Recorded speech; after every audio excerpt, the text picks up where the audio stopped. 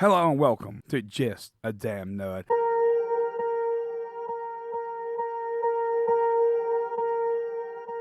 Thanks for clicking on the video. If you haven't already, I hope you consider subscribing. It really helps out the channel and really just helps out in general. And today, we're talking about the fall of Florida State football and its eventual resurrection at the hands of Mike Norvell.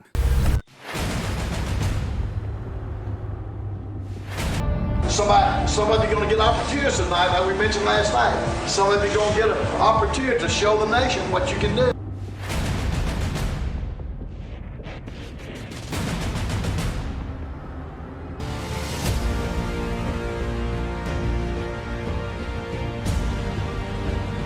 Florida State, your brothers, your team, your heartbeat.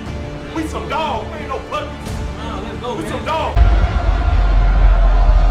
With the passion, the time, the sacrifice, right? The young men that I get to coach, they invest every day, giving their all, their spirit, their passion, their hard work, and their dedication.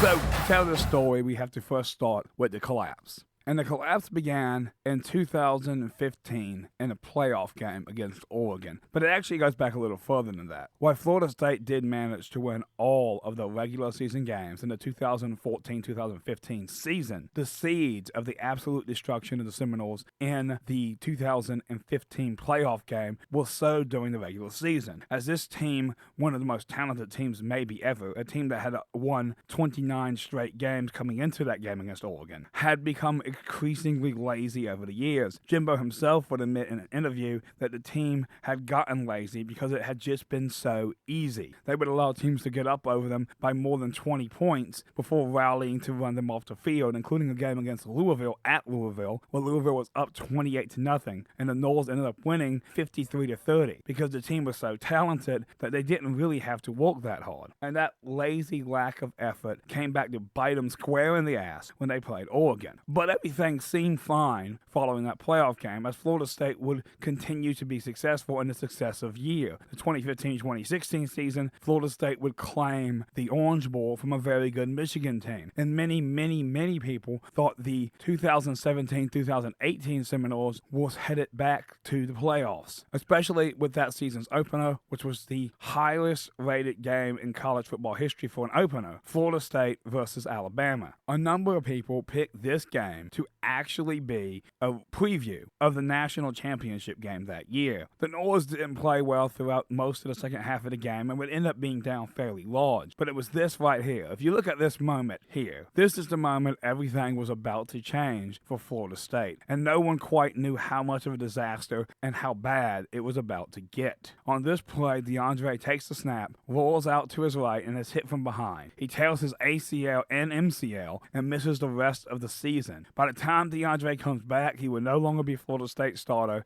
and Jimbo Fisher would no longer be Florida State's head coach. But the problems that Jimbo caused for this program had been simmering for a very long time. The destruction of Florida State seemed inevitable when you start to look underneath the veil of success. You see, this Jimbo team had built into an absolute juggernaut. From 2012 to 2016, this team went a whopping 59-9 with 3 ACC titles, 5 New Year's Six Bowl appearances, 3 New Year's Six Bowl wins, 1 playoff appearance, and a national championship. It was almost undebatable this was one of the top 2 or 3 best programs in the country, but nobody could see how Jimbo had allowed the foundation to rot. Underneath the veil of extreme success, Jimbo had allowed the team to become the least disciplined football team in the country on and off the field. He was living on the back of him being a fantastic recruiter, a skill he still possesses even today, as the majority of his recruiting classes at A&M have been top 5. The man can recruit his asshole. Florida State's off-the-field issues had become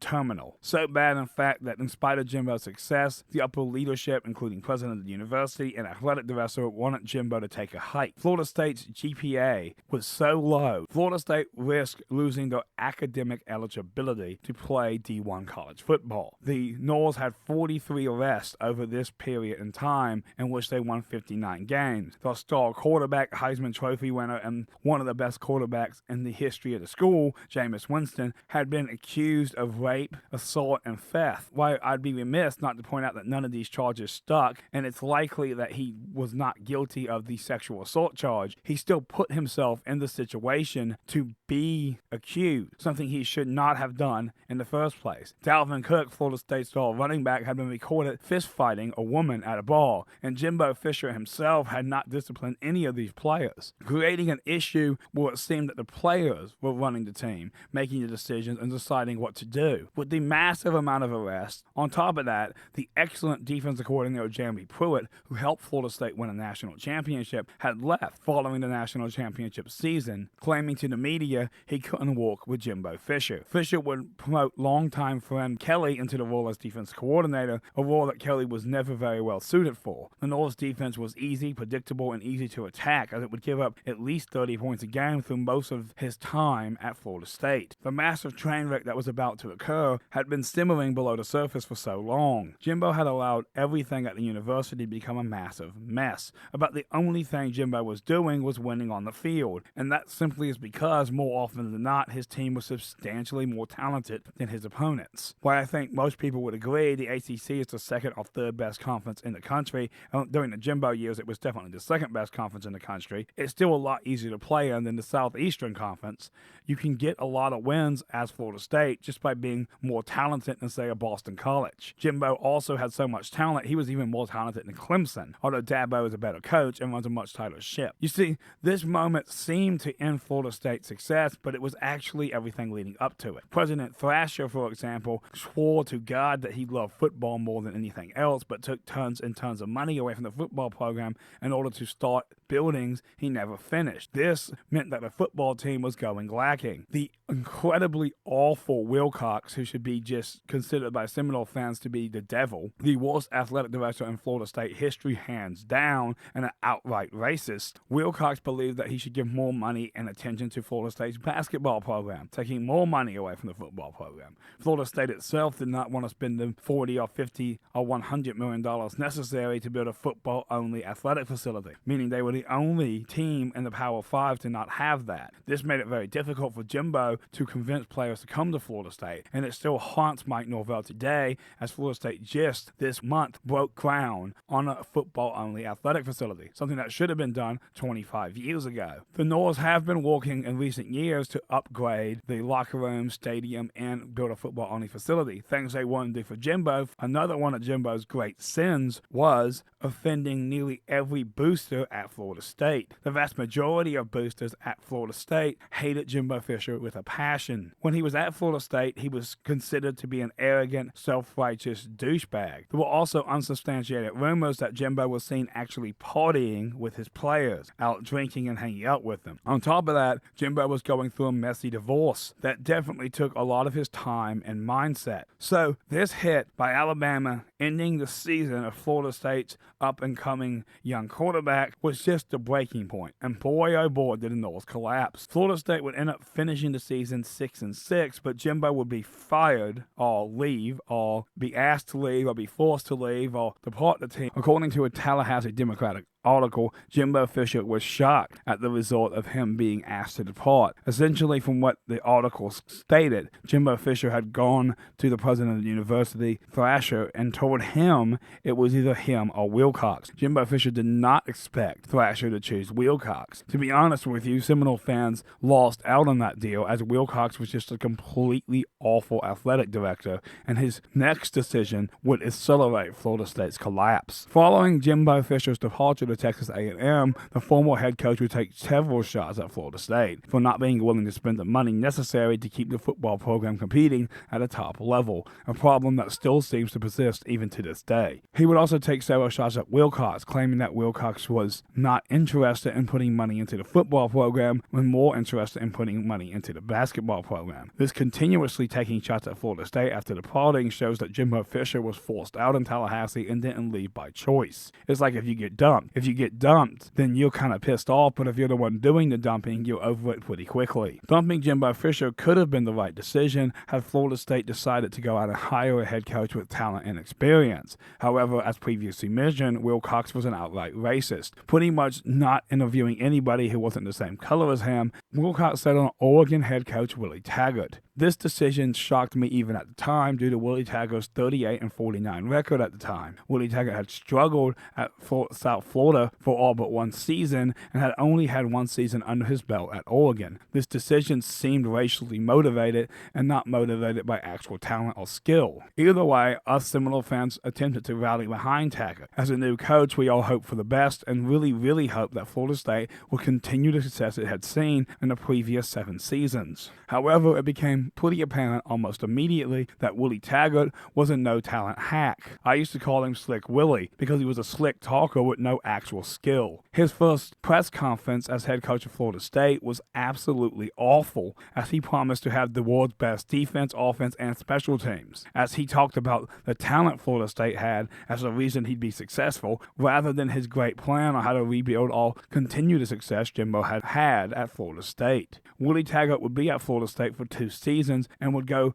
9-12 as Florida State's head coach, the only head coach since Bobby Bowden at Florida State to leave with a losing record. The Noles would not head to a single bowl game under coach Willie Taggart, breaking a 40-year bowl streak. Florida State would also set the kind of record you never wanted to set. A 63-3 home loss to Clemson is the worst home loss in Florida State history. Taggart was unable to be competitive against good teams and was only barely competitive against bad ones. The absolute trash can fire that was the Taggart era also saw mediocre recruiting classes, with the average recruiting class under Taggart being 22, and the Noles' inability to land any 5-star players over this period. Florida State also struggled to recruit quarterbacks with Willie Taggart, and he wasted some of Jimbo's best players like Cam Akers, who was basically useless in Willie Taggart's system. He also pushed James Blackman, Florida State's worst quarterback in school history, into the starting lineup, period, over the much more talented DeAndre Francois. Taggart's belief that Francois got in too much trouble and he decided to make an example of Francois was the stupidest idea I think I'd ever heard. I get making an example of a player, especially with a team that thinks it's in charge, but not the quarterback. James Blackman's time at Florida State was a disaster, as Blackman's career numbers, as you can see on the screen now, were absolutely abysmal. He was an untalented, spoiled, selfish child. You could see him after throwing interceptions, having tantrums on the sidelines, crying and pouting. This is not what you need from your starting quarterback. The team has to know they can count on him. Taggart was unwilling to make that change in spite of intense fan frustration surrounding the change. Some people did argue that Taggart was never given a fair chance due to his race, but that would only make sense if Taggart had been successful. Instead, Taggart had been a complete failure. The program was getting worse under Willie Taggart. Year over year, this team was worse than it was the previous year. There was no sign of growth or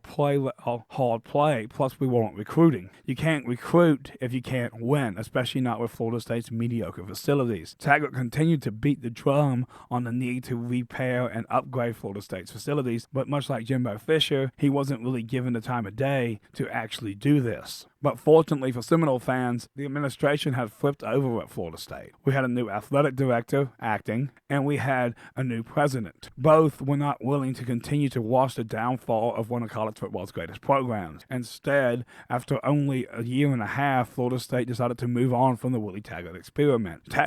Willie Taggart's old-fashioned peer spread approach was never going to be successful at Florida State. Florida State plays teams with far too much talent like Clemson, Miami, Florida, Alabama, Auburn, LSU. Most big other Southern schools like Oklahoma will play the Seminoles every so often. Notre Dame is almost a every 2-year event. You cannot expect to be able to go super fast and win one-on-one matchups exclusively against teams this talented. Not to mention teams have long since figured out how to attack true spread offenses. Taggart's absolute lack of success in this area and attempt to change everything Florida State had done over the previous 40 years turned the fan base off to him quickly. But I would be remiss if I didn't mention Taggart did have a couple positives in his short time at Florida State. The GPA rose by a full point, and players stopped getting arrested off the field. Florida State needed a coach with more of a focus on what the players were able to accomplish. Although Taggart's constant talk about the players graduating did not endear him to the fan base. While you may hear Norvell mention it, as he mentioned in his first interview following the win over Florida, Mike Norvell mentioned that we weren't practicing for the bowl game yet because it was finals week. Now see, that makes a lot of sense. It's important to have good grades, but Taggart mentioned grades nearly every week. Seminole fans don't want to hear about grades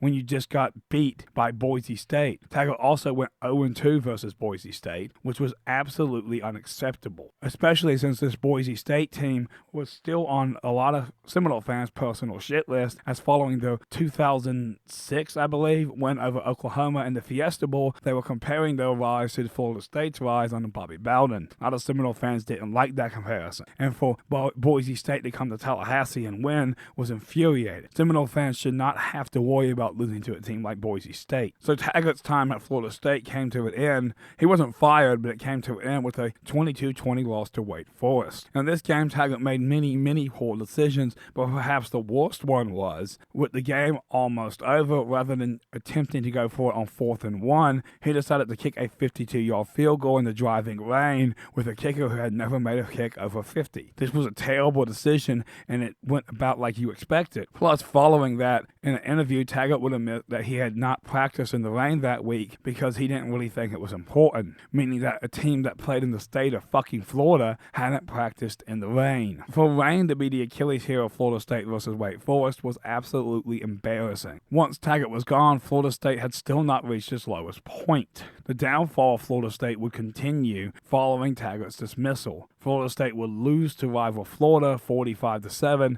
and would end up hiring a third-party independent firm to go on the coach hunt. Florida State would lock in on one coach and pretty much go after him hardcore. That one coach was Memphis head coach Mike Norvell. That we will respect.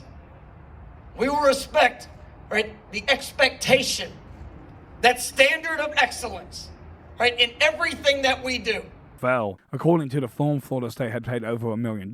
Mike Norvell met every single one of Florida State's criteria, which as fans we weren't allowed to know what those criteria were, but I'm sure a lot of it had to do with him being a lot like Bobby Bowden. Florida State wanted a coach who could win on the field, but also could handle the off-the-field stuff, something that neither Taggart or Jimbo could manage. While Jimbo was super successful on the field, his off-the-field problems eventually crept up to the point where Jimbo Fisher found himself in a serious issue, a collapsing program, a frustrated fan base, an angry administration and booster club, and an athletic director who hated him.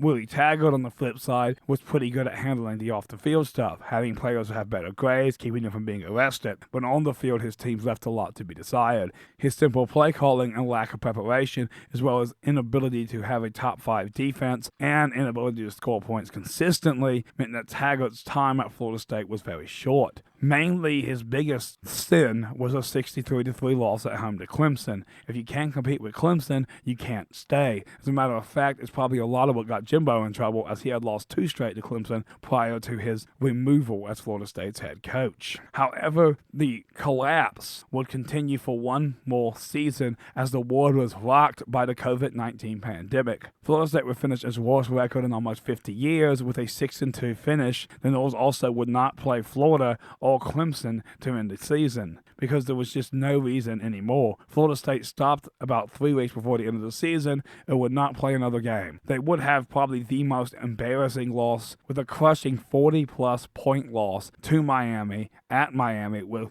head coach Mike Norvell sidelined with COVID. But rock bottom would actually continue well into the beginning of the successive season, as Florida State would absolutely be crushed to start next season. Florida State would open the season against a very good Notre Dame team, as Florida State would shock America and us Seminole fans, as it would take Notre Dame overtime to beat Florida State. Unfortunately, there were some concerning decisions made in that game by Mike Norvell that had me questioning his head coaching ability, due to the fact that he went for it on 4th down inside our own 28-yard line that led to a Notre Dame score. Take that away, and Florida State would have won the game in regulation. However, Florida State would end up losing in overtime following a missed 32-yard field goal. Before the climb was stopped, however, our kicker actually made the long field goal, but Norvell challenged to gain 10 yards to make the field goal easier. Our kicker missed the second shorter field goal, and the game was over. But the lowest point for Florida State as a program occurred the next week, as for the first time in school history, Florida State would lose to an FCS school. Jackson State would head to Tallahassee, and one of the worst played and worst refereed and worst everything football games I've ever seen.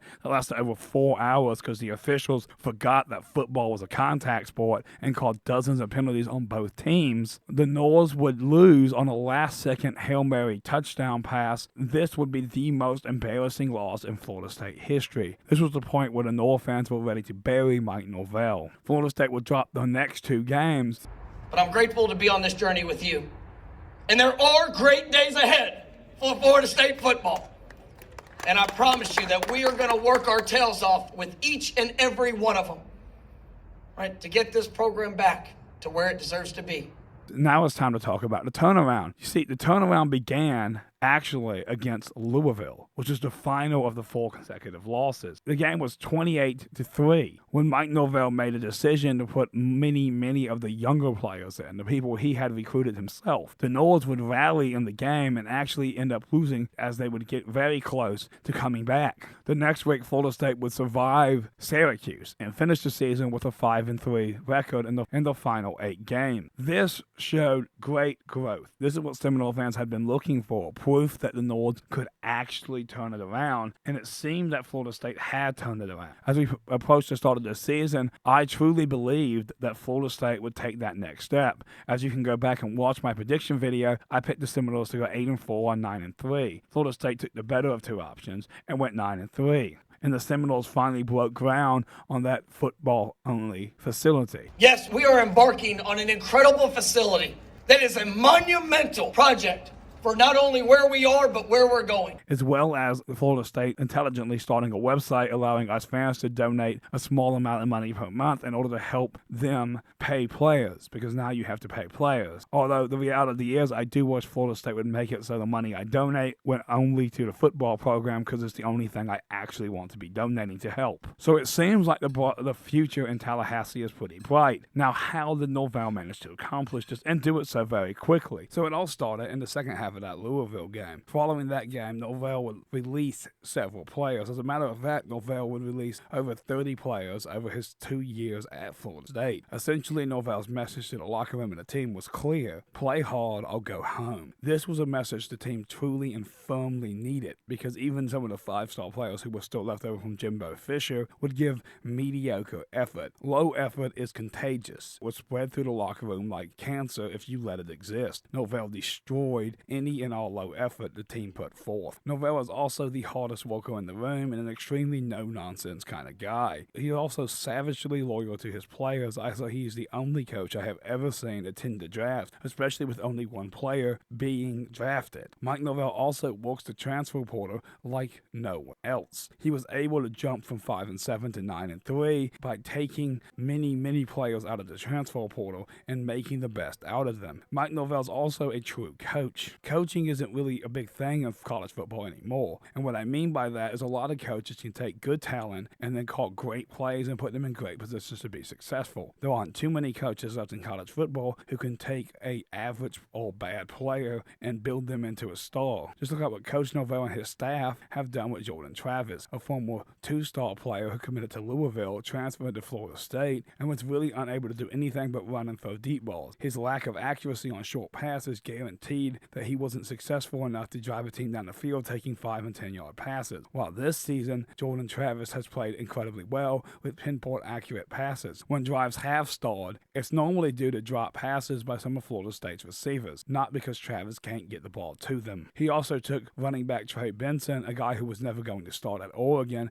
and helped him become the best running back in the whole country through the final 6 weeks of the season. Florida State has also used other players from other teams that they did not want or just into the transfer portal, like Johnny Wilson, and turned them into household names. Mike Norvell is one of the best coaches I've ever seen at identifying players' individual weaknesses and then spending time working on those weaknesses to improve the player overall. I won't be surprised if Johnny Wilson's drop problem is gone by next season, as Florida State's coaching staff is unbelievably excellent at understanding how to coach. And this coaching staff is full of players who coached and played for Bobby Bowden, and you can see how happy they are to have a system system back that reminds him of what old Bobby used to do. But a turnaround has to continue. You can't just have one 9-win season, and let's face it, 9 wins a year at Florida State won't keep you there either. Florida State has to be a perennial playoff team for its fan base and university to be happy. But I believe Norvell has that figured out as well. His recruiting classes have improved in his 2 years here. As a matter of fact, while this class is only a composite rate of 16, is actually far better than that shows. The overall rating of each player puts Florida State's class somewhere around 11, but even then I think this class is better than that shows. You see, Norvell is really good at recruiting critical positions. Florida State was desperately missing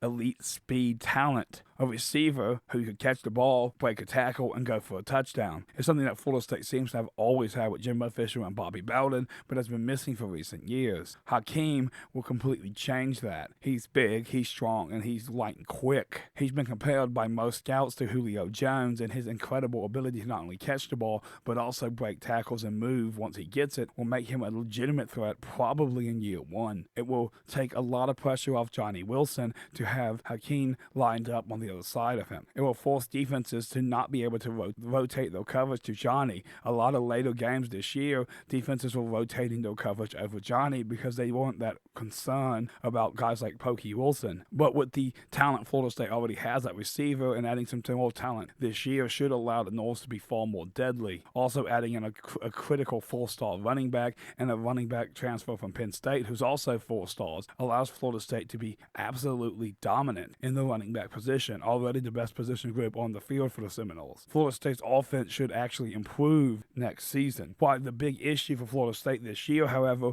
was being able to stop elite offenses. Florida State's defense struggled against elite offenses they faced, allowing 31 points to Wake Forest, 38 to Clemson, and 40 to Florida. This defense will have to play better next season if Florida State is going to make a playoff run. Fortunately, it seems like, just like in previous years, Florida State's biggest acquisitions of the offseason have been on the defensive side of the football. With the addition of some of the elite talent Florida State has added through the transfer portal, and some of the young linebackers and corner talent, and stealing talented safeties from Penn State and other schools, should truly help with this defense. Florida State's defense needs to take that next step this year from being okay to being actually good. Otherwise, Norvell may have to think about what he needs to do to improve this defense, because it's what's holding the team back right now. Unfortunately, as far as I can tell, we did not land a kicker this offseason, which is what we desperately need. However, Norvell has been able to turn this team around using the transfer portal and his excellent coaching staff and coaching ability. This is what Norvell does. He's also never been surrounded by so many lifers. A lot of the coaching staff at Florida State are lifelong Seminoles and probably wouldn't even leave for head coaching jobs. Florida State seems to have a very good staff in place. Norvell has also finally been able to convince the administration and Boosters Club that it's time to invest money and back into the football program. They recently broke ground on the football-only facility, and it's supposed to be done by, I believe, the end of next year. Florida State has also reinvested in the football program. While previous athletic director Wilcox put more and more into the basketball program and less into the football program, the new athletic director has focused much more on football, as it should be. The Seminole fan base has gone nowhere. We're all just waiting for the Noles to return to what we all know they should be. And it seems pretty clear that for the first time since 2015, Florida State has a bright future ahead of them. After loss to Oregon, we could all kind of see the decline starting. We were all hoping that Jimbo would do something to stop it, but he never did. And that decline led us to years of mediocrity. I was concerned for a long time that Florida State's administration and athletic department were okay with becoming another Wake Forest, a team that had a good year every 4 or 5. But I don't think that's true anymore. I believe Florida State is committed to returning Florida State to being a top 5 college football program. They just have to be willing to invest the money that is necessary to do so. Now, what the future may hold for the Seminoles, I don't know. Florida State may jump to the SEC in 2026, along with Clemson, which would definitely change a lot about college football and the Seminoles in general. The ACC needs to find a way to provide more money to Florida State and Clemson, otherwise the conference will be another one of those forgotten conferences like the Big East. But Florida State's in a great position. We have a coach that is willing to hold players, fans, and the administration accountable. We have a coach people want to listen to. We have a coach they want to follow. We have a coach they want to do and play good for. We have hope for the future for the first time in a long time. We have a bright future for the first time in a long time. So to summarize this long video here, Florida State fell apart what? Because Jimbo Fisher left the house with the water running. Then when he came home and saw the floor was all cracked up, he decided he wasn't going to fix it. His problems with the university, off-the-field issues, behind-the-scenes problems with boosters and the president destroyed his potential legacy at Florida State, while Wilcox's outright racism and refusing to consider any other coach but Willie Taggart continued and accelerated Florida State's downfall. Unfortunately, neither one of these two bad actors, who are largely responsible for the 4-year decimation of the Florida State football program, were actually punished. Wilcox was promoted to the NCAA, and Jimbo Fisher, will likely soon be fired at Texas A&M for being, awful. Both of them have made a fortune. Whether Jimbo's fired or not, he's still going to make over $100 million because A&M majorly screwed up, thinking that Jimbo Fisher would be more successful at A&M than he was at Florida State. However, I do think it's time to pay Mike Norvell. We need to keep this guy long term as he does things the right way. And I believe coming down the pipe is yet another great chapter for the Seminole football program. Alright guys, thanks for watching this video. I hope you guys enjoyed it. I will be doing another prediction this year for the upcoming season for Florida State, but that's going to be in a few months when the schedule's out and I can take a look at it. I did great last year. I said 8-4 and 9-3. Predicted we'd win the bowl game. I still predict we'll win the bowl game, by the way. I think we'll be Oklahoma 41-31. I appreciate you guys watching the video. I'd like to say a special thanks to every one of my subscribers, all 209 of you. You guys are fantastic. It keeps me going and making these videos. I'd hope you will consider subscribing. It means everything to channels like mine. It really means everything to every channel. Come back and watch some of the content, and I appreciate all of you, and I'll see you guys next time. And as always, this is a damn nerd signing out.